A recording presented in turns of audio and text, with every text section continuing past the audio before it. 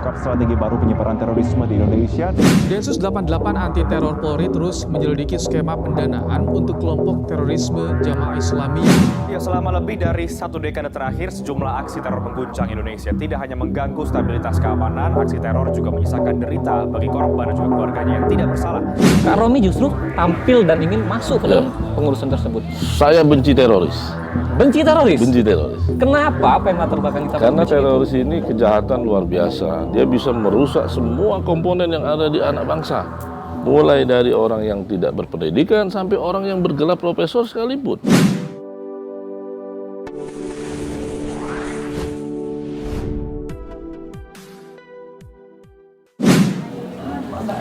Halo sahabat catatan jurnalis, terima kasih udah mampir lagi di channel ini. Akhir-akhir ini permasalahan yang cukup kompleks di negeri ini adalah permasalahan tentang terorisme. Dalam menanggulangi hal tersebut tentu perlu kontribusi kita bersama, tidak hanya pemerintah, tapi juga masyarakat pada umumnya. Nah, hari ini saya ditemani teman ngobrol dari Forum Komunikasi Pencegahan Forum Koordinasi Pencegahan Terorisme Provinsi Sumatera Selatan. Ada bersama saya hari ini adalah Kak Ahmad Romi Afriansah. Halo, Eja. Apa kabar Kak Romi? Baik, alhamdulillah. Wih, Kak Romi, ini Ya. sibukannya apa nih sehari-hari ini Kak Romi? Ya, saat ini kita sudah diamanatkan untuk menjadi Ketua Forum Koordinasi Pencegahan Terorisme Sumatera Selatan. Merupakan perpanjangan tangan dari Badan Nasional Pencegahan Terorisme Republik Indonesia. Jadi memang di tingkat provinsi itu sudah dibentuk sekitar 34 FKPT namanya. 34 FKPT di seluruh Indonesia? Seluruh Indonesia, termasuk Papua Barat. Termasuk di Papua Barat. Catatan kakak sendiri nih di Provinsi Sumatera Selatan, sebelum kita menginjak ke situ dulu. Ini gimana ceritanya sekarang sudah bisa menjadi ketua di FKPT Sumsel ini loh. Jadi kenalan dulu sama teman-teman sahabat catatan jurnalis. Kak Romi ini gimana ceritanya ini? Ya, kebetulan di BNPT ada subdit namanya pemberdayaan masyarakat. Pemberdayaan masyarakat. Nah, itu dibentuklah namanya Forum Koordinasi Pencegahan Terorismenya, namanya FKPT. FKPT. Nah, itu elemennya dari para tokoh-tokoh masyarakat, kemudian juga tokoh-tokoh media, tokoh-tokoh akademisi, kemudian juga dari pemerintahan. Dari pemerintahan. Dan lembaga-lembaga semacam ormas dan lain sebagainya, seperti itu aja. Kak Romi, ini teman-teman harus tahu juga dong, kenapa ada ketertarikan dari Kak Romi sendiri? Wih, ini saya harus terlibat di forum ini. Apa yang melatar belakangi Kak Romi sehingga saya tertarik, ini teroris loh Kak. Kalau kita pada masyarakat pada umumnya nih kan, kalau kita mendengar kata-kata teroris itu sesuatu hal yang sangat menakutkan. Kak Romi justru tampil dan ingin masuk ke dalam pengurusan tersebut. Saya benci teroris. Benci teroris? Benci teroris. Kenapa? Apa yang latar belakang kita? Karena teroris ini kejahatan luar biasa. Dia bisa merusak semua komponen yang ada di anak bangsa. Mulai dari orang yang tidak berpendidikan sampai orang yang bergelar profesor sekalipun. Dari mereka orang yang sipil sampai orang yang juga ada di militer atau di kepolisian. Iya. Semuanya bisa dirusak oleh paham teroris atau radikalisme ini. Paham teroris dan radikalisme. Maka itu saya benci dengan teroris. Sangat benci ya? Iya, karena saya NKRI sejati. Wah, jangan Kak Romi aja dong. Kita semua dan juga yang hadir di sini. Dengan kawan-kawan semua ya, NKRI sejati harus ya. Kita sama-sama melawan terorisme itu. Betul. Ngomong-ngomong soal FKPT Kak Romi. FKPT ini Sumatera Selatan ini udah sejak kapan sih ada? Kalau FKPT itu dibentuk sekitar tahun 2010. 2010. Dimulai dari pusat, kemudian bergulir juga ke daerah-daerah besar ya. Sejak kejadian bom Bali 2000 sampai 2002 itu kan memang masalah terorisme, radikalisme itu terus bergulir. Sampai sekarang ini, sekarang sudah muncul lagi ekstremisme. Ekstremisme. Paham ekstremisme. Nah, inilah yang harus kita tanggulangi bersama, Bung Eja. Gitu. Iya, kita tanggulangi bersama. Kak Romi, tentunya catatan kita sendiri dari FKPT di Sumatera Selatan. Ini gimana catatan tentang paham terorisme ini yang ada di Sumatera Selatan, perkembangannya di Sumatera Selatan, sehingga kontribusi yang harus disumbangkan dari FKPT sendiri dalam upaya pencegahan lah ya, terorisme ini seperti apa Kak? Tahun 2016 itu kalau ingat itu ada kasus ditangkapnya para teroris di Lubai Muara Enim. Di Lubai Muara Enim? Di Lubai Muara Enim. Bahkan 8 orang pelaku terpapar itu adalah anak-anak, Bung Eja. Bahaya enggak? Dan sangat mengerikan ini. Ini tidak main-main, mereka dilatih untuk menembak, membunuh, Dipersenjatai juga. dipersenjatain. Dan ini tidak main-main. Iya. Karena jaringan terorisme ini jaringan internasional, Jaringan kejahatan terorisme ini internasional. adalah jaringan internasional. Nah, ini bagaimana kita melihat benang merah sehingga ada kontaminasi yang lebih menarik ke anak-anak sebagai social marketnya lah. Ya karena anak-anak ini kan polos ya, kepribadian mereka polos, mudah dipengaruhi. Sebenarnya Bung Eja, ini teroris ini adalah gerakan yang memang pinter dia menyamar ya, pinter dia mengikuti perkembangan zaman. Kalau pada saat ini mungkin anak-anak yang dia incar, kemudian nanti dia masuk sekarang ini di ormas, karena nanti mau mulai pemilu, mau pilkada segala macam dia masuk di ormas. Ini sekarang isu sara agama dia masuk di lembaga-lembaga keagamaan, semuanya dia bisa masuk. Dia masuk. Nah, Dan ini dimulai dari paham radikalisme. paham radikalisme. Sampai terjadinya gerakan-gerakan yang mudah-mudahan tidak sampai muncul lagi ya teroris itu. Kak, mungkin dari pengamatan kita sendiri FKPT, ini juga menjadi perhatian teman-teman di Sahabat Catatan Jurnalis dan juga pada khususnya orang tua. Seperti apa mungkin dari pengamatan kita, saya pengen tahu dan juga nih biar teman-teman juga tahu seperti apa perekrutmen ataupun edukasi pendidikan dari paham-paham teroris ini yang masuk ke anak-anak. Apa sih yang dibekali kepada anak-anak itu sehingga masuk nih terkontaminasi di paham terorisme itu, Kak? Oke, kalau kita kita jabarkan ya, Bung Eja ya, bahwa memang paham radikalisme ini sangat mudah masuk. Sangat mudah masuk, apalagi di zaman yang sekarang ini yang kalau kita lihat jiwa nasionalisme kita sudah mulai runtuh, ya. Kenapa? Karena sudah sejak zaman reformasi itu semuanya sudah bebas, ya sudah bebas ya. Kalau dulu kita masih mengikuti upacara bendera, menyanyikan lagu-lagu nasional masih tinggi.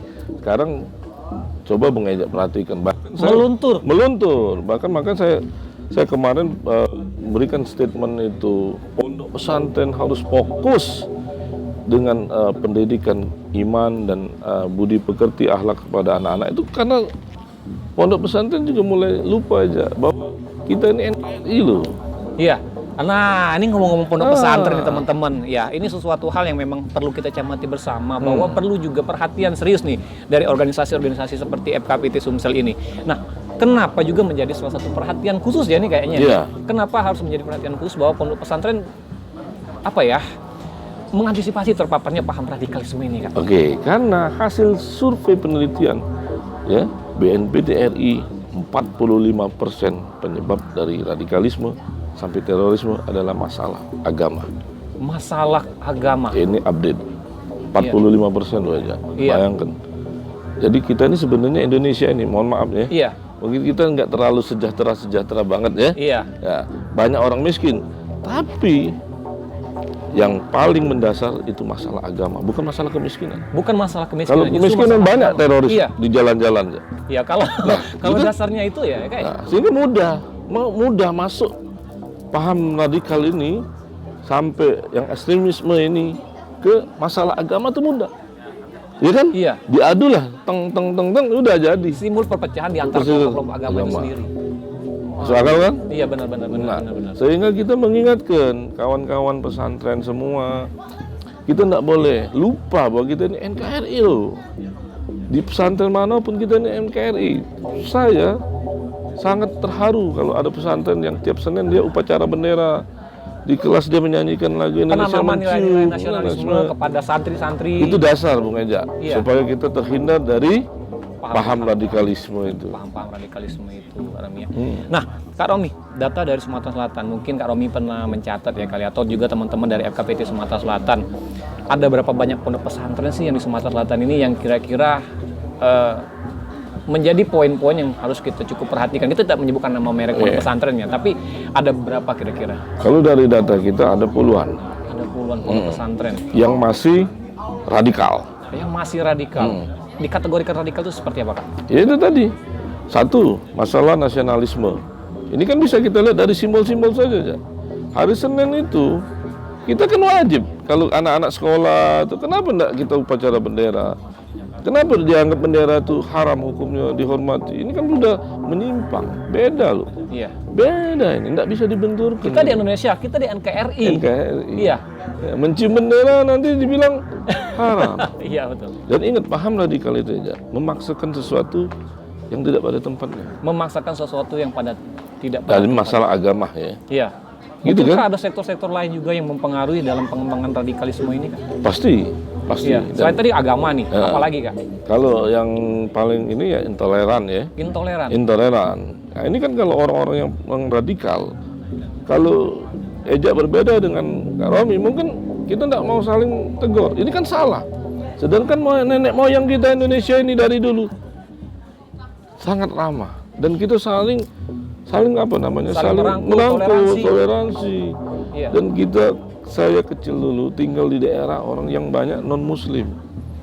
Nggak ada yang saling ribut, saling ini. Dan kita saling menyayangi, Bung Eja. Iya. Nah ini yang harus kita pertahankan untuk generasi muda gitu. Weh, teman-teman luar biasa nih. Ini ada hal yang memang harus kita jaga, kebudayaan-kebudayaan luhur yang sudah ditanamkan oleh pendahulu kita. Bagaimana sih merangkul dalam bentuk Bhinneka Tunggal Ika ini, Kak Romi ya? Nih, tentu saja kita pengen tahu dong program kerja dari FKPT Sumsel ini seperti apa? Oke. Untuk program kerja hasil dari rakernas kita kemarin di Batu Malang itu Pak Badan BNPT, Pak Komjen Pol Boy Raffi Amar itu sudah mengisyaratkan kita untuk melakukan konsep pentahelik. Ya, pentahelik itu merangkul semua komponen, mulai dari pemerintahan, mulai dari akademisi, mulai dari masyarakat, mulai dari lembaga sampai ke masyarakat bawah, termasuk anak-anak muda nongkrong di kafe segala macam, itu harus dirangkul. Kita masuk ke seni-seni. Masuk sendiri. Maka kita ada untuk Sumatera Selatan nanti bulan Mei ada festival band provinsi sampai ke nasional yang diadakan di Sumatera Selatan. Nanti finalnya untuk semua anak-anak band itu nanti dibawa ke Jakarta. Dibawa ke Jakarta. Dibawa ke Jakarta. Ini membangun kreativitas yang membangkitkan kembali minat anak-anak ya untuk berkreasi. Berkreasi dan cinta tanah air. Weh. Gitu. Kenapa sasarannya anak muda nih Kak Romi? Yaitu karena sudah konsepnya BNPT kan melihat bahwa yang paling banyak terpapar itu adalah anak muda ke bawah. Apakah kita juga melihat Jarang ya orang tua-tua jadi teroris. Tak guna lagi. Guna lagi rasa preman kita, Bro.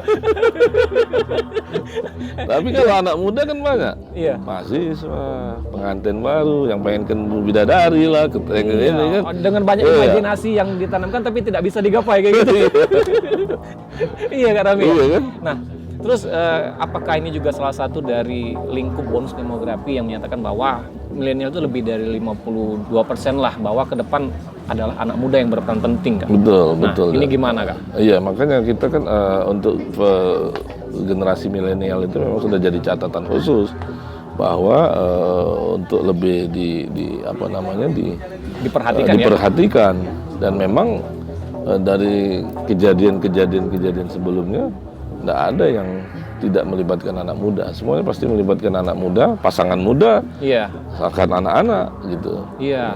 Nah, Kak, kalau kita melihat bahwa beberapa waktu lalu ke Polda Sumatera Selatan ada beberapa terorisme yang ditangkap di Lubuk Linggau. Iya. Nah, catatan kita sebagai dari FKPT sendiri sudah masuk sampai ke tingkatan ujung lah kalau dari kita kota Palembang ini ya. Sudah sampai ke sana. Ini gimana, Kak?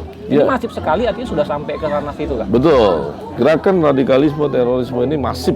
Sekali lagi masif. Dan mereka ini memang menyasar daerah-daerah yang terpencil. Nah, ini teman-teman hati-hati nih, menyasar daerah-daerah yang terpencil. Seperti apa karakter mereka itu masuk ke daerah-daerah terpencil, Kak? Ya, Penanaman nilai-nilai. iya, karena di daerah itu kan masih mudah untuk dimasuki. Seperti tadi kita contohkan rasa nasionalisme itu di daerah mungkin tidak sekuat orang di kota ya, pada umumnya di kota besar begitu kan. Nah, kemudian juga mereka bisa masukkan ajaran-ajaran paham mereka itu dengan mudah. Bungkusnya tadi. Iya. Karena kan kadang-kadang orang di daerah-daerah juga terkesan lugu-lugu, Masih welcome ya, enggak kritis lah ya. Iya. tanda kutip ya, tidak kritis, ya, mudah menerima. Gitu. Karena kita memang latar belakang dari masyarakat yang toleransi Toleransi sebenarnya. dan memang mudah. Dan itu yang memang dikejar oleh mereka itu, Bung Eja. Iya. Jadi banyak testimoni pelaku-pelaku, para napiter, ya, teroris segala macam, boleh ditanyakan. Mereka lebih senang menyasar ke daerah-daerah terpencil. Makanya mereka kan tinggal dan bersembunyi itu daerah-daerah yang terpencil. Daerah terpencil. Mungkin ada catatan nih Kak Romi untuk teman-teman mungkin yang di sekitar tempat tinggalnya. Orang-orang atau orang seperti apa yang memang mungkin terpapar dalam penyebaran terorisme ini, Kak? Orang-orangnya seperti apa, Kak, maksudnya gitu kan? Jadi apakah orang yang tiba-tiba blok datang atau seperti apa, melingkup masyarakat seperti apa, Kak? Iya, kalau ciri-cirinya ya. Ciri-ciri lah, ya. Kak, ya. Ciri-ciri orang yang memang membawa paham-paham radikal sampai ke arah-arah yang lebih ekstrim itu memang mereka tertutup, Bung Eja. Tertutup. Tidak bersosial. Tidak mau bersosial. Tidak mau bersosial. Jarang untuk berkomunikasi. Kemudian mereka pinter menyembunyikan identitas. Kalau kejadian dari kasus-kasus kejadian sebelumnya itu banyak sekali, ada yang nyamar jadi tukang bakso, kemudian ada yang jadi ibu rumah tangga, ada yang jadi juga pegawai segala macam. Nah, seperti itu. Tapi mereka kalau kita lihat cirinya itu kelihatan mereka sulit untuk bersosialisasi. Nah, mereka sulit untuk bersosialisasi. Ini catatan teman-teman. Mereka sulit untuk bersosialisasi. Tapi sementara paham mereka itu harus disebarluaskan kepada masyarakat umum. Ya. Ini gimana nih, Kak? Ya, ini agak kontradiksi, Kak? Itu jaringan. Itu jaringan. Jadi mereka jaringan itu berbagai macam cara ya. Karena memang kalau kita runut lagi kan dari awal bisa masuknya teroris ke Indonesia itu kan dibawa dari kawan-kawan Timur Tengah, yang mereka memang nanti mengambil orang Indonesia untuk dididik di sana, dilatih di situ, dibayar segala macam sampai nyampe di Indonesia. Kemudian ini jaringan didoktrin, dirusak, dicuci otak semua. Nah itu mungkin mereka akan buka lagi jaringan di Indonesia, termasuk juga dengan paham-paham mereka tadi kan, ada yang di Jamaah Islamiyah, ada yang Daulah. Itu kan macam-macam pokoknya itu, seperti itu Bung Eja. Oke, luar biasa sekali teman-teman. Ini satu lagi Kak Romi. Ini closing.